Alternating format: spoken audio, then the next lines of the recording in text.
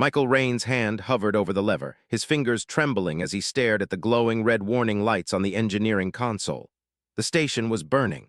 Deck 7 was already lost, and the fire was spreading like a hungry beast, gnawing its way through the dark corridors of Selena 9. His breath was shallow, the pressure in his chest mounting with each second that ticked by. A voice crackled through his calm. "Michael, do it now." Commander Voss's voice was sharp, frantic. Behind him, the comm system screamed warnings, oxygen levels plummeting, fire-suppressing systems failing. But Michael couldn't shake the thought that he was sealing the fate of 17 people, people he knew, people who had worked beside him. They were out of his reach now, trapped in a section of the station that couldn't be accessed without triggering a larger disaster. He gritted his teeth, eyes flicking between the countdown and the venting pressure systems. The flames were consuming the station faster than he had anticipated. If he didn't act, Selena 9 could be lost, not just Deck 7, but the entire station. The fire would spread to the core systems, the life support failing. It would mean the death of hundreds of people. But the 17 trapped in the lower section, he knew their names. He'd worked beside them just hours ago. They were more than just faces. They were the station's heartbeat, just like him, just like everyone else. But he had no choice. The lever had to be pulled. Michael's hand slammed down onto the lever. The hydraulics hissed in protest, and the bulkhead door slid shut with a sound like cracking teeth, sealing away the section that was now burning to its core. For a moment, everything was still. The alarms stopped. The fire's roar was muffled. The station groaned in relief, but the weight of his decision hung heavy in the air. The console blinked green. The pressure stabilized. But Michael didn't feel relief. He didn't feel anything but the pounding in his chest. He stood there, still clutching the lever, staring at the polished steel of the door that separated him from the 17 people who wouldn't make it out alive. For a moment, the air smelled of smoke and burning metal, and then the silence was broken by the pounding. Fists striking metal, voices muffled but desperate. Michael's heart stuttered. He could hear them, the workers on the other side of the door, the sound of their struggle, the sound of their fate. A cold shiver ran down his spine. He stared at the door, his reflection distorted by the thin layer of smoke drifting through the ventilation grates. He'd just sealed their fate. He'd saved the station. He'd saved the 400 other people on board, but at what cost? The arrival of the envoy. 6 hours later, Michael stood on the observation deck, his bruised face stinging in the cool breeze as he watched Selena 9 float in the dark void of space. The station's hull was scarred, emergency lights flashing sporadically across its broken exterior. The fire damage was extensive. It was a miracle it hadn't spread farther. Commander Voss was beside him, his posture rigid. "You saved 400 lives today," he said, his voice flat, devoid of any emotion. Michael said nothing. He wasn't sure what to say. The quiet was suddenly shattered by the sound of heavy footsteps approaching from behind. Michael turned to see the envoy, a woman draped in dark fabric that seemed to absorb the light around her. Her face was hidden by a veil, but her posture was regal. She moved with an authority that commanded the space around her, despite the informal setting. "The Queen's envoy would like to thank you personally," Voss said, his voice barely audible. "This station survives because of difficult choices." He gestured to the woman behind him. She stepped forward, and Michael could sense the weight of her presence even before she spoke. Her voice was smooth, almost kind, but there was a coldness to it. "The station survives because of difficult choices," she repeated, "and you have made the right one." A chill crept down Michael's spine as she gestured toward 2 guards who dragged a figure forward. The person was hooded and stumbling, their hands bound by shackles. The guards threw the figure at Michael's feet, and she collapsed in a heap, gasping for air. "The Queen's failed daughter," the envoy said, her voice laced with disdain. "Tainted blood, fourth in a line that should have ended at 3. We were bringing her to the disposal sector when the fire started. You've earned your payment." Michael stood frozen, unable to comprehend the situation. This was the price for saving the station? A person, a woman, offered to him as payment, her life worth nothing but a cruel transaction. She was nothing more than a thing, a broken object to be disposed of. Michael didn't want to touch her, didn't want to accept this payment, but the command was clear. He knelt down, instinctively reaching out to help her, though his hands felt foreign on her fragile form. As he touched her arm, she jerked away, her eyes flashing with terror and rage. "No," she hissed, her voice rough. "Don't touch me." Her body was trembling, and the scent of her fear was overpowering. Michael tried again, this time gentler, but she lashed out with an almost inhuman speed, striking him across the jaw with her shackled hands. The blow was sharp, brutal. Michael staggered back, blood filling his mouth, his vision blurring as the pain shot through his skull. For a moment, everything was silent except for the pounding in his head. He looked up at her again. She was frozen mid-strike, her hands still raised, trembling. A drop of his blood had landed on her cheek. They both stared at it, and for the first time, the look in her eyes shifted. It wasn't just anger. It was something deeper, something primal. Her hand trembled as she touched the blood on her face. "No, no," she whispered, her voice cracking. "You shouldn't have touched me." Michael stood slowly, wiping blood from his lips. "I was trying to help," he said, his voice hoarse, but she didn't respond. She just stared at him, eyes wide, horror radiating off her. For a moment, everything seemed to freeze, the world outside the station, the people around them, the flickering lights overhead. Nothing moved, not even the stars outside the observation window. Michael didn't know what to do. He'd made the choice. He'd sealed the door, and now he was bound to this strange, broken woman, bound by blood. Michael's quarters were small, barely large enough for a bunk and a single desk. The walls were a dull metal, scratched and scarred by years of use, and the only light came from a flickering overhead bulb that buzzed faintly as if it too were on the verge of breaking. He wasn't sure what to do. He had made the decision to save the station, but in doing so, he had inherited the responsibility for Kyle, the broken royal, the woman who was more than a prisoner but less than a person in the eyes of everyone else. She sat in the corner, her knees drawn up to her chest, her back to the wall. Her eyes, once filled with defiance and anger, were now hollow. There was a strange sadness in them, an emptiness that made Michael uncomfortable. He wasn't sure how he was supposed to help her, or if she even wanted his help. The quiet between them stretched on. The silence in his quarters was oppressive, and Michael couldn't stand it. He cleared his throat. "You must be thirsty," he said, his voice sounding weak in the stillness. Kyle didn't answer. Her eyes stayed fixed on the floor, her body unmoving. He sighed and went to the sink, filling a flask with water from the station's recycled system. It was cold, sterile, but it was all they had. He turned back to her, unsure whether she would take it. I'm not sure what to say," he muttered. "I didn't expect any of this." She didn't respond, but when he approached, she finally raised her head to meet his gaze. Her eyes were gold, unnervingly bright, like twin suns burning through the darkness. The corners of her lips twitched just barely as if she were about to speak, but then she hesitated. "You've seen enough. You understand now," she said finally, her voice rough but controlled.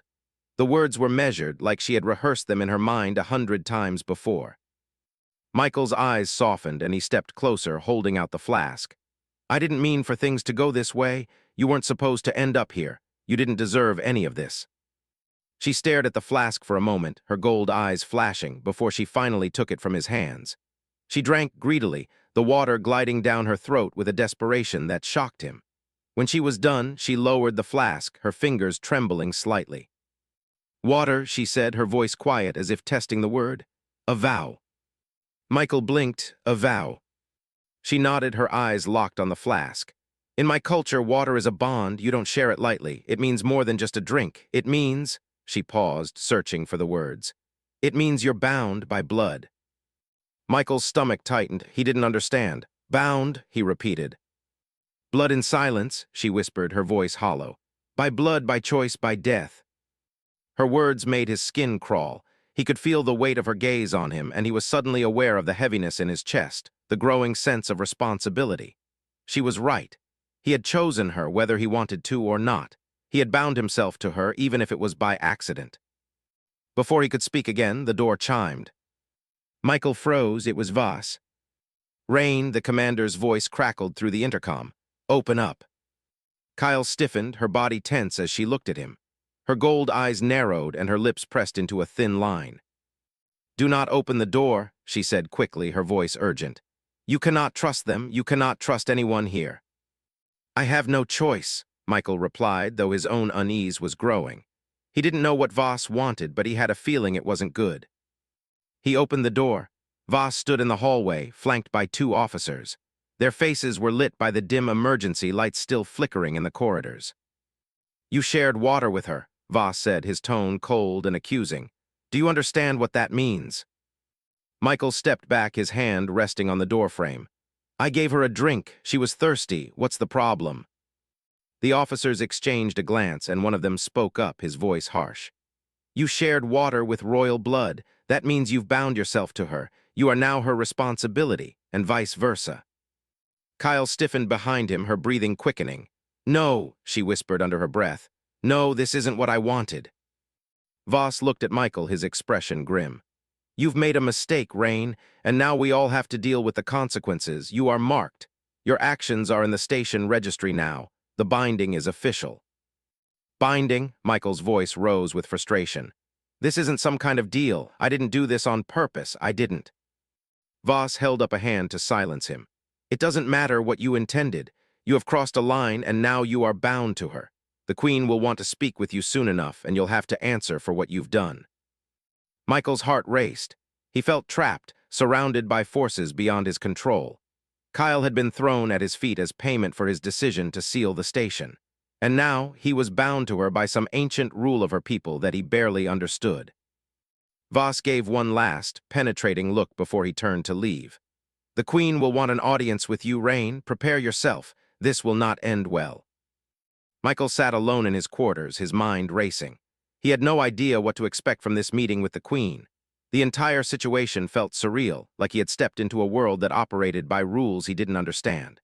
The bond that had formed between him and Kyle through a shared drink of water was now the focal point of everything. And it wasn't just any bond. The station's systems had registered it, and by extension, so had the Queen of Kyle's people. The walls of his quarters seemed to close in around him. Kyle was lying in the corner of the room, her form curled into itself as if trying to make herself small. She hadn't said much since Voss's visit, but Michael could sense the conflict within her. She hadn't wanted this. She hadn't wanted to be bound to him. She hadn't asked for any of this. But neither had he. The door chimed again. This time Michael didn't hesitate. He was expecting it. When he opened the door, a group of officers stood on the other side, their stern faces illuminated by the flickering emergency lights in the corridor. At the center was a tall, dark-skinned alien with sharp features, one of the Queen's highest-ranking envoys. Come with us, the envoy said coldly, his eyes scanning Michael and then flicking to Kyle. The Queen is waiting for you. The Queen's throne room. Michael's heart pounded as he followed the officers down the narrow hallways of Selena 9. He couldn't shake the feeling that he was being led to a trap, though he didn't know by whom or for what purpose. The hallway was quiet, save for the sound of their footsteps echoing off the metal walls. Kyle walked silently beside him, her eyes straight ahead, her expression unreadable. They reached the main chamber, a large, circular room with high ceilings and a throne-like chair at the far end. The room was dimly lit, save for a large holographic image of the Queen standing above her seat. She was regal, beautiful in a cold, imperious way, but Michael could feel the weight of her presence. Even in her absence, she seemed to dominate the room. As the envoy stepped aside, Michael was ushered forward and Kyle was positioned to stand beside him. The Queen's image flickered, her golden eyes glowing from the hologram.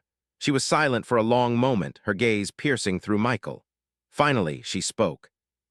You've made a grave mistake, Rain. The Queen's voice was low and commanding, vibrating with power. You have bound yourself to something defective. Kyle stiffened at the word, her eyes narrowing. Michael glanced at her, but she said nothing. The tension in the room was palpable, thick with the unspoken weight of the words being exchanged. I didn't bind myself to anyone, Michael said firmly, trying to keep his voice steady despite the growing fear in his chest. I made a choice to save lives, and this was the result. I didn't ask for this. I didn't ask for her to be thrown at my feet like some kind of payment. The Queen's gaze flicked to Kyle, who remained unmoving, her arms crossed over her chest. You are wrong, the Queen said. She is no mere payment. She is my daughter, the failed one, the broken one. Michael felt the words like a slap. He turned to Kyle, but she avoided his gaze, her jaw clenched. Michael's chest tightened as he realized that this was more than just a political struggle. This was personal. The Queen was ashamed of her daughter, and that shame had poisoned their relationship. You call her defective, Michael said, his voice rising now, but I see someone who is more than capable of making a difference, more than capable of helping. She saved the lives of hundreds on this station. You may call her broken, but I see someone who is stronger than you give her credit for. Kyle shifted beside him, her shoulders stiffening as if the weight of Michael's words had struck her deep. She hadn't spoken much, but there was something in her eyes now, a flicker of hope, or perhaps a challenge.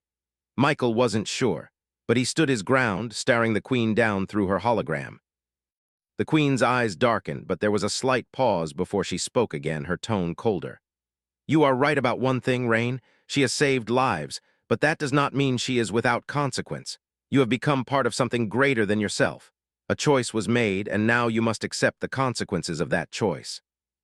Michael's heart skipped a beat as the reality of what she was saying began to sink in. The Queen wasn't just talking about his bond with Kyle. She was talking about something larger. The station, its inhabitants, the factions in power, all of it was tied up in this decision, in the bond that had been formed. Kyle's eyes flicked toward Michael, and he could see the panic building behind her gaze. She wasn't just a royal, she was part of something much bigger, a legacy. And Michael had unknowingly become entwined in that legacy. You both need to understand something, the Queen said, her voice low but full of threat. You think you're saving this station, but you are playing with forces you do not understand, forces that have been at war for centuries. You become pawns in a game, Rain, a game far beyond your comprehension. Michael looked at Kyle, seeing the terror in her eyes now. She had known this all along. Her mother had cast her aside, but the stakes were much higher than personal rejection. Kyle had been part of a political power struggle, and Michael had unknowingly walked right into it. The Queen's image flickered again, the hologram shifting slightly as she leaned forward. You are bound now, Michael Rain. Whether you understand it or not, you are bound by blood, by choice, by consequence. And the actions you take from this moment forward will decide not only your fate, but the fate of Selena 9. The door to Sector 5 slid open with a low hiss, revealing a dark, cramped corridor lit only by the red glow of emergency lights. The air was thick with the stench of burned metal and ozone. Michael's pulse quickened as he stepped into the corridor, eyes darting from one end to the other. The mercenaries were here. He could hear them, faint voices muffled by the bulkheads, the sound of boots scraping against the metal floors. Kyle moved silently beside him, a ghost in the dark, her presence almost ethereal. She had her weapon drawn, a sleek alien design that Michael had seen her wield with deadly precision in practice. He had no doubt she was ready for this, but the stakes were higher than ever. This wasn't a training exercise. They were fighting for survival. Stay low, Michael muttered, his voice barely above a whisper. Kyle nodded, her eyes locking onto his for a brief moment, and then they moved forward together. The hallway stretched out before them, narrow and claustrophobic, a maze of service ducts and maintenance access panels. As they approached a corner, Michael held up his hand, signaling for her to stop. He crouched low, listening intently. The voices were getting louder. They were close. I'll take the left, Kyle whispered. You handle the right. Michael didn't need to respond. They had done this before. They had trained for moments like this, when everything depended on perfect coordination, on trust. He gestured for her to go first, and she melted into the shadows, her movements smooth and fluid. Taking a deep breath, Michael rounded the corner. The mercenaries were in sight. 3 of them, all armed with heavy rifles, scanning the hallway, unaware of the 2 silent figures closing in on them. They were distracted, talking among themselves, their attention focused elsewhere. Michael moved fast, his legs propelling him forward as he swung his weapon into position. In an instant, he fired. The shot echoed through the hall, the blast ripping through the first mercenary's chest with a sickening crack. The man crumpled to the ground, his weapon clattering beside him. The remaining 2 mercenaries spun around, eyes wide with surprise, their weapons raised. But before they could react, Kyle was on them. She darted forward like a predator, her movements a blur. With swift precision, she struck one of them in the throat, her alien blade cutting through the air like a whisper of death. The man gasped, his weapon falling from his hand as he staggered back, clutching his neck. The final mercenary let out a yell, charging toward Kyle, but Michael was already on the move. He tackled the man to the ground, his fist landing in a brutal blow to the mercenary's jaw. The man's head snapped back, and he collapsed, unconscious, before Michael could land another punch. Breathing heavily, Michael looked up to find Kyle standing over the first mercenary she had taken down, her weapon still in hand, her eyes cold and distant. She didn't seem fazed by the violence. It was as though this was just another day, another fight to survive. You okay? Michael asked, his voice still low. She nodded once, her expression unreadable. I'm fine, she said simply, but there was a tremor in her voice, a crack that betrayed the cold exterior she had built. We need to move, there's more coming. The Queen's realization. As they pressed forward deeper into Sector 5, the tension in the air grew thicker. The reactor was close. They could feel it, the hum of power running through the walls. But they were also racing against time. They knew the mercenaries wouldn't give up that easily, and neither would the Queen. Back in the command center, Voss was already coordinating a counteroffensive. The data streams on the monitors were flashing faster now, the countdown to the station's total collapse inching closer with every passing second. But the real threat was still out there. The mercenaries were relentless, and Selena 9 was vulnerable. The Queen had made her decision clear, but Michael and Kyle weren't just fighting for survival anymore. They were fighting for the future of Selena 9. Kyle had known this from the start. She had known that her very existence was a threat to the Queen's rule. She was the proof that even royalty could fail, that even the most powerful bloodlines could produce something broken, something flawed. But Kyle wasn't just the Queen's failed daughter. She was the future of the station, the key to its survival, whether the Queen wanted to admit it or not. Michael was beginning to understand what Kyle had meant when she said, "They'll kill you for this." He wasn't just fighting for her anymore. He was fighting for everything they had built on Selena 9, for the people who had no voice, for those who had been cast aside. And he wasn't going to let that go without a fight. "We're almost there," Michael said, his voice tight with resolve. Kyle didn't respond. She didn't need to. They both knew what had to be done. The final push. They reached the core access panel, a heavy blast door separating them from the reactor's heart. Michael slammed his fist against the control pad, but the door didn't budge. The security system was still active. Kyle stepped forward, her eyes scanning the panel. She didn't hesitate. With a swift motion, she ripped the panel open, revealing the wiring inside. "I can disable the lockdown, but it'll take a minute," she said, her fingers flying over the wires, her concentration absolute. Michael kept watch, his eyes darting down the hallway. There was no time to waste. The mercenaries would be on them any second. The seconds stretched on as Kyle worked, her movements fast and sure, but the pressure was mounting. Every passing second felt like a countdown to disaster. Michael could almost feel the reactor's hum vibrating through his body, a constant reminder that time was running out. "Done," Kyle finally said, her voice a mixture of relief and urgency. The blast doors slowly slid open, revealing the heart of the reactor. But it wasn't just the reactor that lay ahead. It was the mercenaries, too. They had arrived. A hail of blaster fire erupted from the hallway, the shots ricocheting off the walls, forcing Michael and Kyle to dive for cover. The mercenaries had arrived in force, and now they were ready to do whatever it took to take Selena 9 for themselves. Michael gritted his teeth. They weren't going to let that happen. "We end this now," Kyle said, her voice steady as she rose from cover, her weapon aimed at the mercenaries. And with that, the battle for Selena 9 began in earnest. The medics arrived too late to save Kyle. Michael could only watch as they moved her limp body, trying to stabilize her injuries, but it was obvious she was beyond their help. The station had been saved, the reactor averted from catastrophic failure, but at a great cost. Michael stood at the observation deck, staring out at the vastness of space. The stars seemed colder now, their light distant and indifferent. Selena 9, once a station of misery and neglect, had risen from the ashes, but its survival felt hollow. Kyle's blood had stained the very walls of this place, and as much as he wanted to honor her sacrifice, all he felt was emptiness. His fingers brushed the edge of his belt, the one Kyle had worn, his insignia still affixed to it. She had worn it proudly, a symbol of their bond, of the choice they had made together. But now it felt like a weight he wasn't sure he could carry. Behind him, Voss approached, his face tight with exhaustion, the usual sternness replaced with a certain quiet respect. "The Council has issued a formal commendation for your actions, Rain," Voss said softly, his eyes scanning the horizon. "They'll acknowledge you as a hero for saving the station, but we both know the cost." Michael didn't respond. He didn't care about the accolades, the praise, or even the future of the station. What mattered to him now was the legacy that Kyle had left behind, the legacy that Selena 9 would inherit. The Queen had withdrawn her forces, retreating into the shadows of her empire. With Kyle's death, her claim to the throne was secure, at least for now. But Michael knew that Selena 9 would never be the same again. The inhabitants of the station, the defective ones, the discarded, had seen what true leadership looked like. They had seen the strength of someone who, despite being broken, was capable of holding everything together. Kyle had shown them that worth wasn't determined by bloodlines or titles.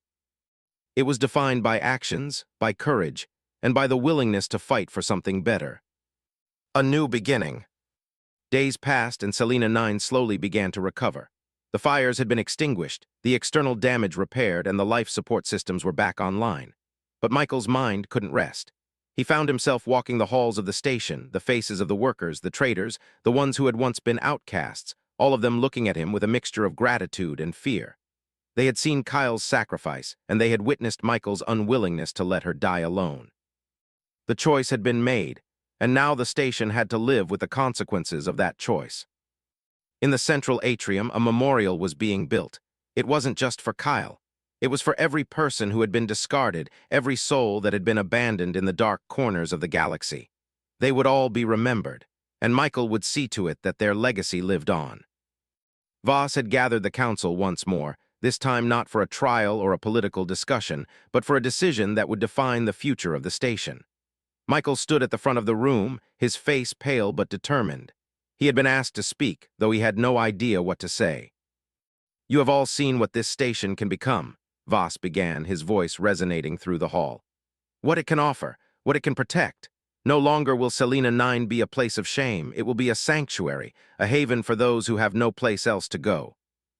Michael stood in silence, his eyes scanning the faces in the crowd. They were looking to him now not for leadership but for a sign that they weren't just survivors. They were a community. They were worth more than just a system that had abandoned them. "I don't have the answers," Michael began, his voice hoarse, raw. "I don't have the right to speak for all of you, but what I do know is that this station, Selena 9, is no longer just a place. It's a home. We've built something here together, and we will keep building it, we'll keep fighting for it." There was a long pause. Then one by one the members of the council stood, their hands clapping in rhythm. It wasn't for Michael. It was for the legacy that Kyle had left behind. It was for what she had started. In the back of the room, Michael saw a young woman with mismatched eyes, an alien child who had once been thrown aside. She was holding her hand up, her fingers trembling, but her eyes were shining with a new kind of fire. "We don't have to be perfect to be worth saving," she said, her voice filled with a raw, vulnerable strength. "We just have to be alive." The room fell silent. Michael felt a lump form in his throat. Kyle's words echoed in his mind, as they always would. They were more than just words. They were a new truth, a new foundation for everything Selena 9 would become. The Queen's last word. A week later, the Queen's final message arrived. It was sent as a private transmission, directed only to Michael. He opened it in his quarters, the holographic image of the Queen flickering before him. Her face was unreadable, her eyes as cold as ever. "Michael Rain," she began, her voice harsh and disinterested. "I hope you understand the weight of the choices you made. You have forever altered the course of our people, and for that I commend you." She paused, as though weighing her words carefully, before continuing. "The bloodline I created is now tainted by your hands. The daughter you protected will be remembered as a symbol of failure in my kingdom. But she was right about one thing. Even the broken can be useful. Even the discarded can build. You, Rain, have shown me what it means to lead with compassion. Perhaps I can learn from this. Perhaps." The transmission cut off abruptly. No more words, no more explanations. Michael stood there, staring at the flickering hologram. He had expected anger, bitterness, maybe even threats. But instead, he had received something he never thought he would get, an acknowledgement. A future forged together. Weeks passed. Selena 9 continued to rebuild, slowly but surely. The station was transformed. The people who had once been abandoned by the universe were now building something that would change it forever. Michael stood on the observation deck once more, gazing out at the stars. His thoughts were clearer now. Selena 9 wasn't just a sanctuary for the broken. It was a new beginning for all of them. They had chosen to rise from the ashes. And in the distance, the stars seemed to shine a little brighter. "You ready?" Kyle's voice broke through his thoughts. He turned to see her standing beside him, her gold eyes gleaming, no longer broken but stronger than ever. "I think we're just getting started," Michael said, smiling for the first time in days. And together they watched the stars, knowing the journey ahead would be difficult but worth it.